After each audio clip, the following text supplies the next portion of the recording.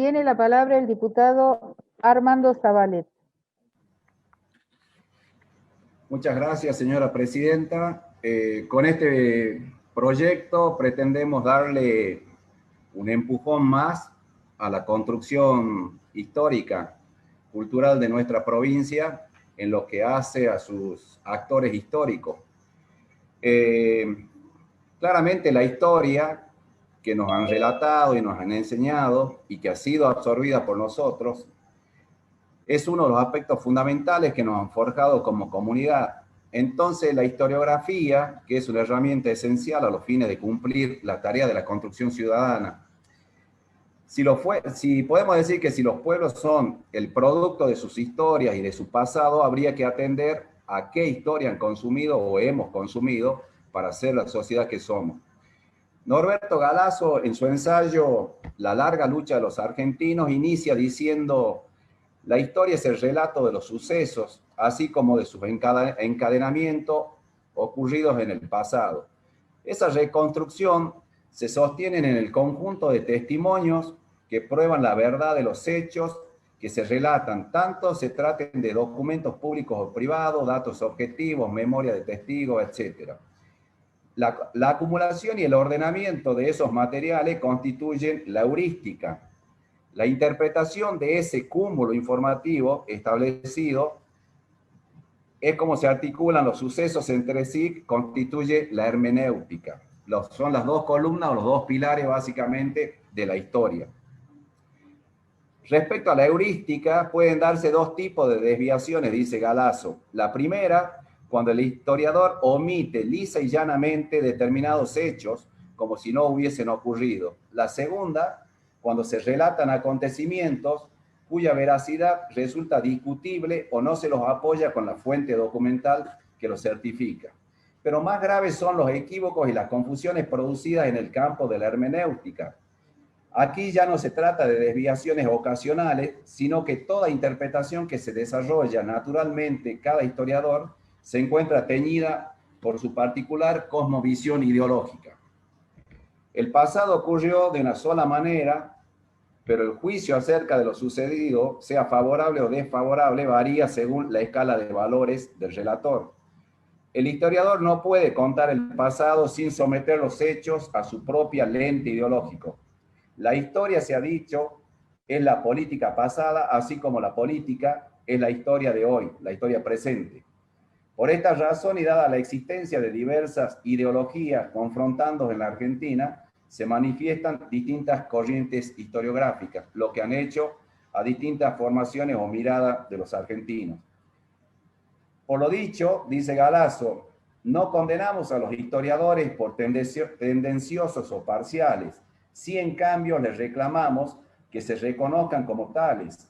El gran engaño no consiste en que Mitre o Grosso interpreten la historia desde su concepción conservadora liberal, sino que lo hagan pretendiendo que sus versiones no obedecen a ideología alguna y por tanto que deban ser enseñadas en las escuelas como la única y la verdadera historia. Allí reside la mentira que es necesario desnudar, porque cuando el estudiante aprende a emplear determinados juicios de valor en el análisis de la historia política pasada, ya se está conformando en él una manera de reflexionar y una escala de valores que luego aplicará a la política, es decir, a la historia presente. Por ejemplo, si los caudillos federales se les enseña que no expresan reclamos sociales, sino la incultura del pueblo, todo líder de masa que emerja, para ello va a significar directamente la barbarie analfabeta. La historia de nuestra Argentina, tan llena de tensiones y de conflictos, involucró a sus pobladores en innumerables luchas, primero por la independencia y luego por la organización del Estado y la conformación del poder. Una vez lograda la independencia ya por 1816, las luchas se sucedieron por la conformación del Estado y la integración de los gobiernos, sean estos federales o unitarios. Tal disputa, con las miradas antagónicas, no solo se acotaba o se limitaba a la cuestión de la disposición de los recursos aduaneros, de la renta agraria o la integración de los gobiernos, sino también al reclamo de la defensa de las autonomías provinciales, a la soberanía política nacional y a la relación que debían mantener, sea de independencia o de sumisión, con respecto al imperio dominante de esa época, que era Inglaterra. Además, cabe señalarse que esta pelea que se suscita en nuestra Argentina en defensa de la soberanía no es solitaria, se sucede en la mayoría de los países americanos acosados y acorralados y atacados por la fuerza imperialista inglesa, muchas veces disfrazada o enmascarada bajo la bandera de España y a veces también de Francia. Como prueba de ello, recordemos la invasión a Perú en la guerra por el guano que se obtenía en las islas de Chincha y que era la materia prima esencial utilizada para la fertilización de las tierras. La invasión francesa a México, amenaza y presión sobre Chile y Bolivia por el salitre que se empleaba como complemento de la fertilización de las tierras, sin olvidar la invasión también a Guatemala. Como corolario, en una actitud totalmente reprochable, vergonzosa y cipaya, bajo clara obediencia y dependencia hacia el imperio reinante, el imperio inglés de su momento, Argentina, Uruguay y Brasil le declaran la guerra al hermano país de Paraguay, país próspero y digno de imitar por su economía y su desarrollo e independiente, siendo justamente esas cualidades las que para Inglaterra resultaban mal consejeros e intolerables por la posibilidad de que sean imitados por otras naciones americanas. Los gobiernos de los países integrantes de la Triple Alianza, serviles y funcionales al imperio, aniquilan al pueblo paraguayo, generando una masacre de todo el territorio guaraní, obsesionados y obnubilados por sus desmedidas ambiciones y mezquindades. Esa oligarquía avara y desmesurada sueña cómo las tierras paraguayas, sus campos, su producción, entiéndase el algodón, pastura, hierba, etcétera, les podían pertenecer o podían hacerse de ellos. La guerra de la Triple Alianza en realidad trajo enormes gastos para Uruguay y para Argentina y con ello una enorme deuda con la banca inglesa. Eso es lo que le tocó a nuestra Argentina bajo el gobierno entreguista de Mitre, debiéndose recordar que semejante masacre no contó con el consenso popular, todo lo contrario. Es decir, el pueblo argentino estaba abiertamente en contra de esa guerra. Tal es así que en noviembre de 1965 se subleva en Catamarca el contingente que debía ir a Paraguay. A fin de escarmentarlos, los servidores del mitrismo sortearon un soldado para ser fusilado. Javier Carrizo resulta ser el condenado por el malhadado destino. El contingente marcha desde allí engrillado hacia el Paraguay. También cabe citar el relato del riojano Juan Esteban Elizondo, guerrero del Paraguay, con pensión de 60 pesos y 80 años de edad en 1921, según la página 124 del libro de Rodolfo Ortega Peña y de Eduardo Duhalde. La agresión europea a México, a Chile y Perú y el ataque vil al Paraguay, las depredaciones mitristas en el interior y el asesinato de Chacho Peñalosa, todos esos hechos profundos sedimentaron rápidamente en la conciencia del caudillo alto, canoso y de voz ronca, nacido en Guaycama, coronel Felipe Varela. Esto también lo dice en su relato del libro Rodolfo Ortega Peña y Eduardo Duhalde en su página 84.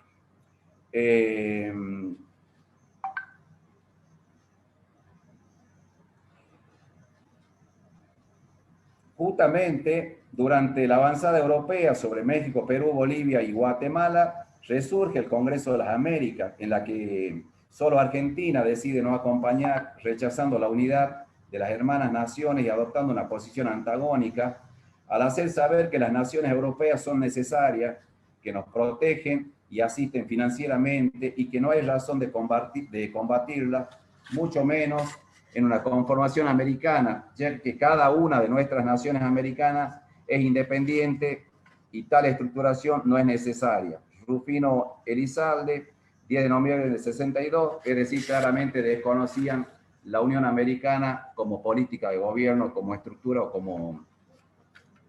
como estrategia. Al inaugurarse la Sociedad de la Unidad Americana en Sucre, solo el gobierno de Mitre eludiría ese sentimiento americanista. Por ello, al elevarse en los mástiles los pabellones de las distintas naciones, alguien sugirió poner el pabellón argentino enlutado con un crespón negro por haberse negado al gabinete mitrista a participar de la Alianza Continental. Alguna otra voz indignada se hizo oír, sugiriendo que no debía estar el pabellón argentino Sin embargo, primó la primera sugerencia, ya que la mayoría sostuvo que la oposición mitrista solo podía ser la opinión del gobierno, pero no la del pueblo argentino. El Imperio Británico era agresor oculto y avanzaba. Para comprender la significación del pronunciamiento de Felipe Varela, es necesario ubicarlo en el marco de la sistemática política imperialista de Inglaterra en América hispánica. Del mismo modo, para extraer al caudillo del silencio intencionado e interesado en el que nuestra historiografía oficial lo ha asumido, cuando no lo ha hecho aparecer como un bandolero, un salteador, es indispensable mostrarlo en su total y real proyección. Así emerge Felipe Varela con su proclama en diciembre del 1866, la cual no la voy a leer, pero se la voy a acercar a los taquígrafos.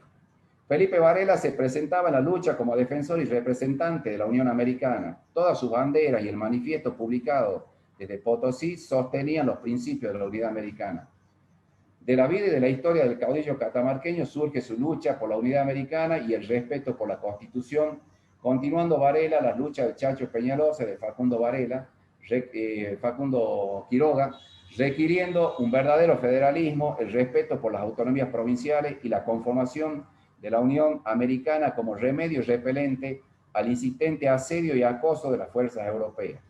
La historiografía revisionista nos permite conocer las virtudes, la entrega, la humildad y las convicciones del caudillo catamarqueño general Felipe Varela, y a su vez desenmascara la posición interesada y mezquina de muchos supuestos héroes de nuestra patria.